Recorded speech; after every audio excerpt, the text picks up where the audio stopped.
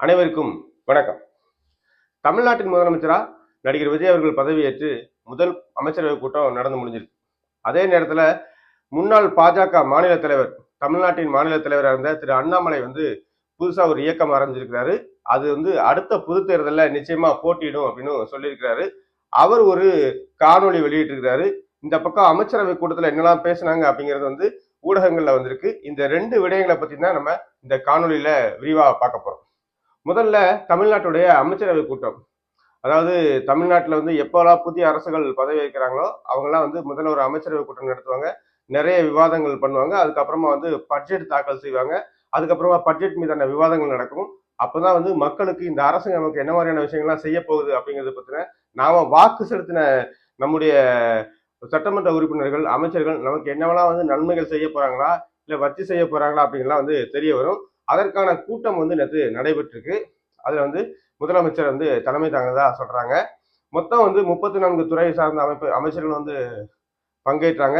ஒரு துறைக்கும் 27, 26 திட்டங்கள் கொடுத்திருக்கிறாங்க. அதன்படி செயல்படணும்னு சொல்லி முதலமைச்சர் அறிவுறுத்திருக்கிறாரு. யாருமே தவறு செய்யக்கூடாது, அமைச்சர்கள் தவறு செய்யக்கூடாது, சட்டமன்ற உறுப்பினர்கள் தவறு செய்யக்கூடாது. நாம சரியா இருந்தாதான் நமக்கு கீழே இருக்கக்கூடிய அதிகாரிகள் சரியா இருப்பாங்க அப்படின்னு சொல்லியிருக்கிறாரு. வரவேற்கத்தக்க விஷயம்தான். ஆனா நமக்கு இதுல என்ன கேள்விகள் வருது அப்படின்னா, அதாவது சரியாக தொடங்கப்பட்டாலே சரியான தொடக்கமே பாதி வெற்றிக்கு சமம் சொல்லுவாங்க.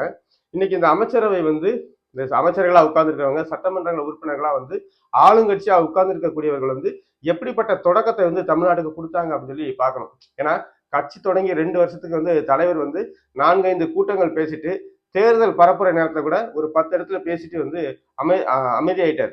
அவருக்கு திரை கவர்ச்சினால இன்னைக்கு அமைச்சர் முதலமைச்சரா அவர் உட்கார்ந்துட்டாரு. ஆனாலும் எப்படிப்பட்டவர்களை சட்டமன்ற உறுப்பினர்களா தேர்ந்தெடுத்தாரு. இவர் சொல்றாரு இல்லையா, நம்ம இன்னைக்கு நான் சும்மாலாம் வாக்குறுதிகளை தேர்தல சொல்ல, அதையெல்லாம் நடைமுறைப்படுத்திடணும், மக்களுக்கெல்லாம் திட்டங்கள் சரியா போய் சேரணும், யாரும் தவறு செய்யக்கூடாதுலாம் சொல்றாரு இல்லையா, அதுக்கான சூழ்நிலை அங்க இருக்கா அப்படின்னு பார்க்க வேண்டிய தேவை இருக்கு. எப்படின்னு பாத்தீங்கன்னா, இப்போ இவர் யார் யார் சட்டமன்ற உறுப்பினர்களா தேர்ந்தெடுத்தாருன்னு பாத்தீங்கன்னா, எல்லா வேட்பாளர்களா நிறுத்தின எல்லாருமே பாதி பேர் மாற்று கட்சியில சீட்டு கிடைக்கிறதுனால இங்க வந்தவங்க. 2வது மாற்றம் அப்படிங்கிற பேர்ல எல்லாரும் காசுக்கு பணம் கொடுக்காமலோ இல்ல எளிமையான முறையில தேர்தல் அணுகல. இவங்களால முடிஞ்ச வரைக்கும் ரீல்ஸ் போட்டு தள்ளுனாங்க. மற்றபடிக்கு பல இடங்கள்ல வாக்குக்கு காசும் கொடுத்தாங்க. பல பேர் 2 கோடி ரூபாய் கட்சிக்கு 2 கோடி ரூபாய் தேர்தல் செலவுக்கும் செலவு பண்ணணும்னு சொல்லி தலைமையில சொன்னதாகவும் பல செய்திகள் கசிஞ்சிச்சு. ஆனா எதையுமே இவங்க மறுக்கல. அப்போ ஒருத்தரும் 4 கோடி 8 கோடிலாம் கடன் வாங்கி செலவழிச்சதாலாம் பல வேட்பாளர்கள் பற்றி கேள்விப்படுறோம். இப்போ இவங்கெல்லாம் பதவிக்கு வந்ததுக்கு அப்புறமா எப்படி தவறு செய்யாம நியாயமான ஆட்சியை கொடுப்பாங்க அப்படிங்கிற கேள்வி வருது.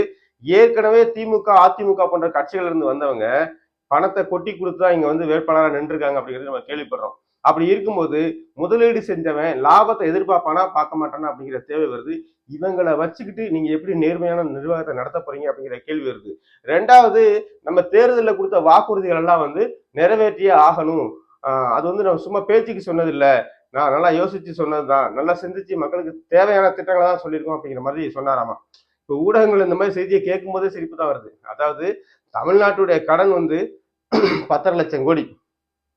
ஏற்கனவே ஒரு வருஷத்தோட பட்ஜெட், ஏற்கனவே ஒரு ஆண்டுடைய பட்ஜெட் அப்படிங்கிறதே கிட்டத்தட்ட 4.5 லட்சம் கோடி தான் வரப்போகுது. அதுல 1 லட்சம் கோடி ஏற்கனவே வட்டிக்கு தான் போயிட்டு இருக்கு. அதாவது உலக வங்கியில தமிழ்நாடு வாங்கிருக்கக்கூடிய வட்டிக்கு தான் கட்டிக்கிட்டு இருக்கோம்.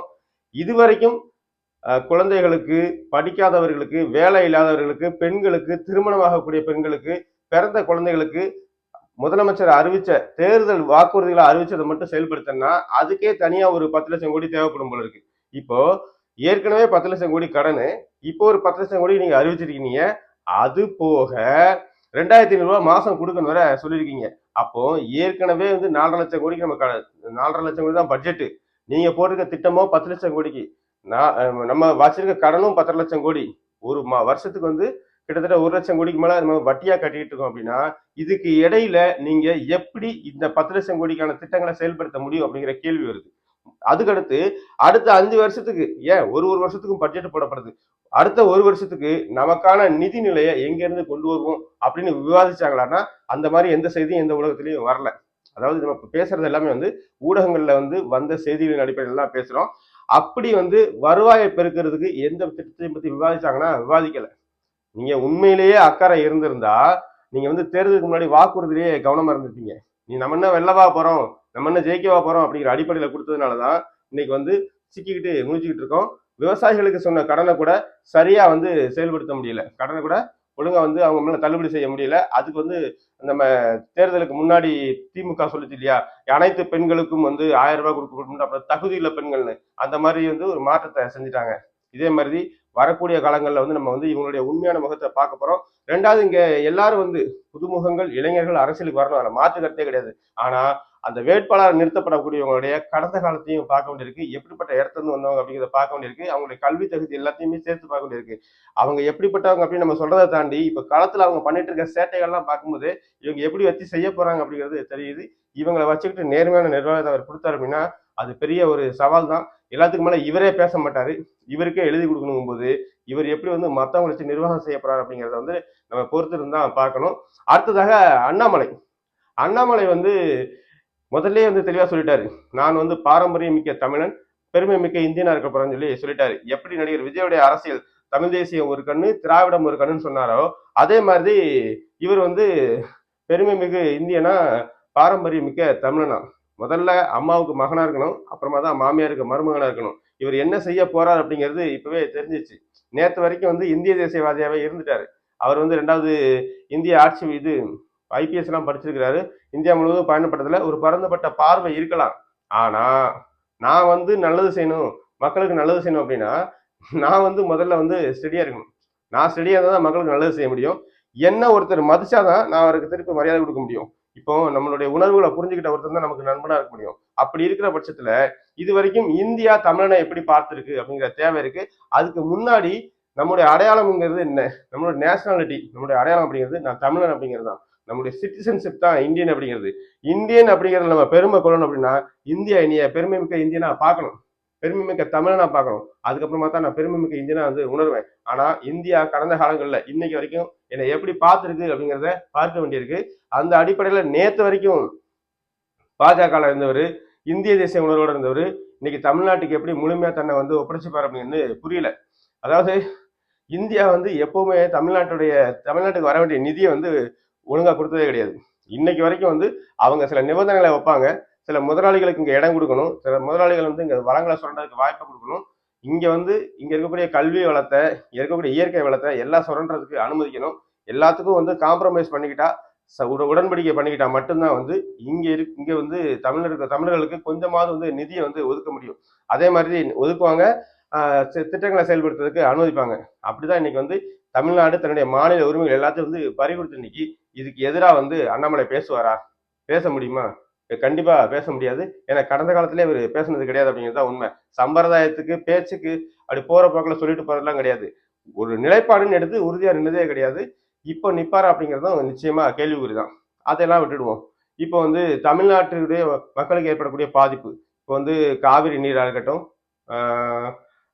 முல்லை பெரியாரா இருக்கட்டும், பாலாற்று நதிநீர் பிரச்சனையா இருக்கட்டும், தமிழ்நாட்டை சார்ந்தவர்கள் அண்டை மாநிலங்களில் படக்கூடிய கஷ்டங்களா இருக்கட்டும், கர்நாடகாவில் அப்பப்போ வந்து தமிழர்கள் மீது தாக்குதல் நடத்துறதா இருக்கட்டும், இல்ல கேரளாவில் நடக்கிறதா இருக்கட்டும், ஆந்திராவில் பரீட்சை எழுத போன சட்டக்கல்லூரி மாணவர்களுக்கு நடந்ததா இருக்கட்டும், 20 பேர் வந்து வெட்டி கொல்லப்பட்டதா இருக்கட்டும், மரங்களை வந்து வெட்டி கடத்த வந்தாங்கன்ட்டு எந்த இடத்துலையும் இந்திய அரசாங்கமா எந்த அரசு இருந்தாலும் சரி, அது காங்கிரஸ் இருந்தாலும் சரி, பாஜக இருந்தாலும் சரி, எந்த இடத்துலையும் தமிழர்களுக்கு சாதகமா குரல் கொடுத்ததே கிடையாது. இலங்கை கடற்படையால தமிழர்கள் மீனவர்கள் எப்பெல்லாம் வந்து கொல்லப்பட்டார்களோ, எப்பெல்லாம் வந்து அடக்குமுறைக்கு உள்ளாக்கப்பட்டார்களோ, தாக்கப்பட்டார்களோ, அப்பெல்லாம் வந்து அவங்க தமிழக மீனவர்கள் தான் வந்து அடையாளப்படுத்தப்பட்டார்களே தவிர்த்து இந்திய மீனவர்கள் அடையாளப்படுத்தப்பட்டதே கிடையாது. இதுதான் வந்து இன்னைக்கு வரைக்கும் இந்தியாவில் தமிழர்களுடைய இடம். அப்படி இருக்கும்போது இதை பத்தி அண்ணாமலை பேசுவாரா?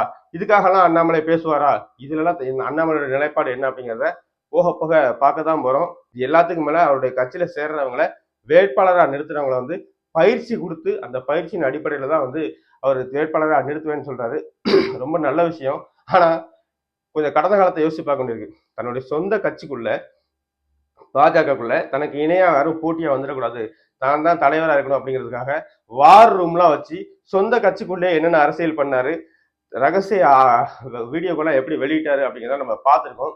இவர் தலைமையேற்று ஒரு கட்சியை நடத்தினா அந்த கட்சி எப்படிப்பட்ட இடத்தை நோக்கி போகும் அப்படிங்கிறத வந்து நம்ம வருங்காலங்களில் அவர் முன்வைக்கக்கூடிய அரசியலை பார்த்தா தெரிஞ்சுக்க போறோம். ஏன்னா ஒரு மனுஷன் வந்து இதுக்கப்புறம் வந்து நம்ம சரியா செயல்படுவோம்னு தன்னை மாற்றிக்கிட்டு கூட வந்திருக்கலாம். அதை நம்ம வந்து வரவேற்க தான் செய்யணும். ஆனா செயல்பாடு அப்படிங்கிறது திட்டமும் நோக்கமும் சரியா இருந்தா மட்டும்தான் செயல்பாடு சரியா இருக்கும். அது எப்படி இருக்கும் அப்படிங்கிறத வந்து போக போக தான் பார்க்க போறோம். நம்முடைய நோக்கம் தமிழர் மண்ணில் இயற்கை வளங்கள் பாதுகாக்கப்படணும். அடுத்த தலைமுறைக்கான வாழ்வாதாரங்கள் பாதுகாக்கப்படணும். நம்முடைய மாநிலத்தின் உரிமைகள் பாதுகாக்கப்படணும். அதுக்காக யார் வந்து தன்னை அர்ப்பணிச்சுக்கிட்டு பொது வாழ்வுக்கு வந்தாலும் நம்ம அவங்களை வரவேற்போம். ஆனா அவங்களுடைய செயல்பாடுகள் சரியில்லை அப்படிங்கும்போது அதை விமர்சிக்க வேண்டியது நம்முடைய கடமை. அதை தொடர்ச்சியா செய்வேன் அப்படின்னு உறுதியா சொல்லிக்கிறேன். இந்த காணொலி பற்றி உங்களுடைய கருத்துக்களை கருத்து பட்டயத்தில் சொல்லுங்க. மீண்டும் ஒரு காணொலியில் சந்திப்போம். அதுவரை நன்றி, வணக்கம்.